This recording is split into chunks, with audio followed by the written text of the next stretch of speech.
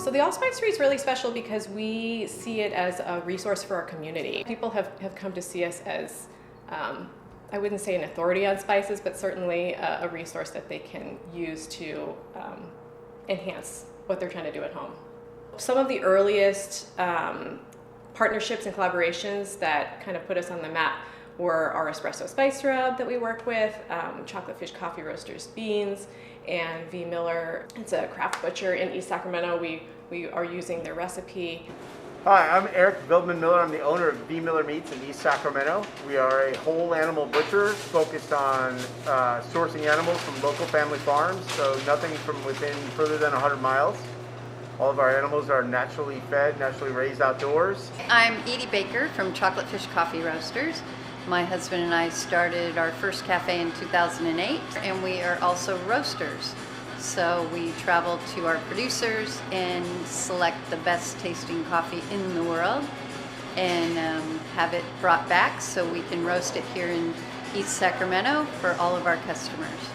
A few years ago, I was doing an espresso spice rub, and then Eric from V. Miller Meats moved next door. Years ago, I started making this espresso spice rub with, just cheap espresso, salt, sugar, herbs, some spices.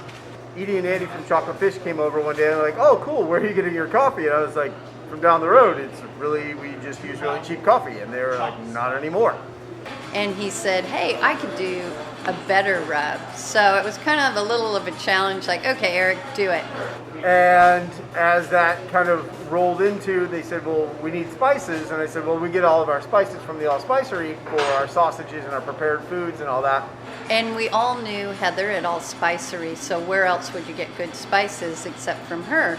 So we ended up getting Edie and Andy involved, Heather involved, and we did a little taste test because everybody was a little more proud of their product, wanted a little bit more of their stuff inside the rub.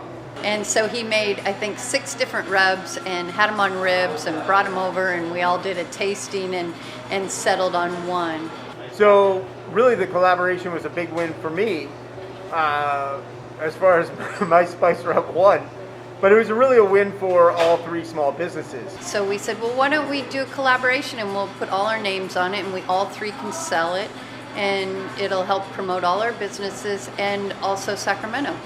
So basically what we recommend doing with any cut, the bigger the cut, obviously the longer it's going to take to kind of marinate the spices into the rub.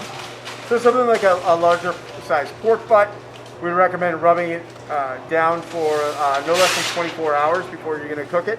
Just set it in the fridge uncovered so it kind of dries out a little bit on the outside, and then you can smoke it or roast it.